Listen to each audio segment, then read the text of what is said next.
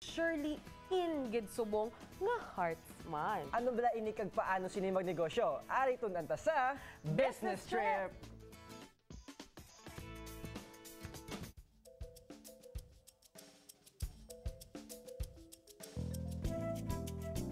Kalabanan sa mga lalaki, bulak gid ang ginahatag sa ila kahagugma sa kada magabot ang Valentine's Day.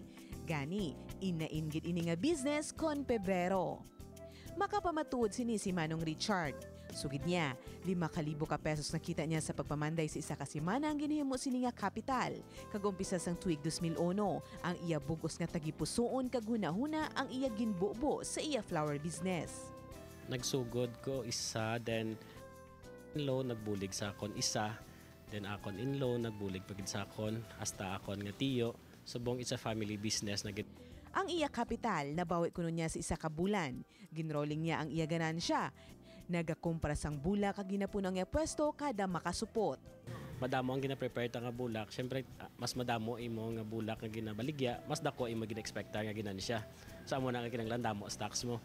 3,000 kada adlaw ang magasto sini sa iya negosyo. Sa mga bulan sang Honyo, tubtub Agosto nga mahina ang baklanay, wala ini masyado nagarisgo. Pero sa tion nga may okasyon, pareho sang All Souls Day kag Valentine's Day, 5 kapilo naman ang supply sini.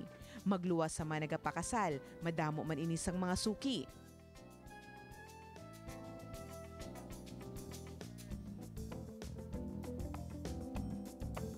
Usually gid ang customer is funeral homes. Sila gid na iyang nagabakal sa kay kon wedding nagakatabo wedding Sabado Domingo, so weekends party tanan nga party gakatabo Sabado Domingo, so weekends lang gid. Ang funeral home siya is every time may delivery sila nga patay may upod siya nga bulak. Sa mga magasugod sang negosyo sa bulak, panugyan niya. Dapat desidido sila sa ini nga industry kung gusto nila magsulod.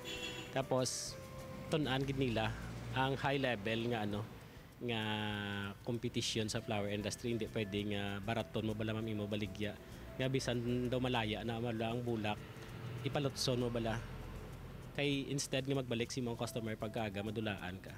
You have to be honest sa customer, hardworking ka, tapos ang service mo 100%. Mayara pa sa isa ka semana antes ang Valentine's Day. Gani kung may 5,000 ka na sa bulsa mo, mayara ka pa sang panahon para suguran ng imo kaugalingon nga negosyo. Ayan, good morning kay Richard Nain kag sa tanan niya nga flower girls kay Bongga gid sila mag-ubraya. Te,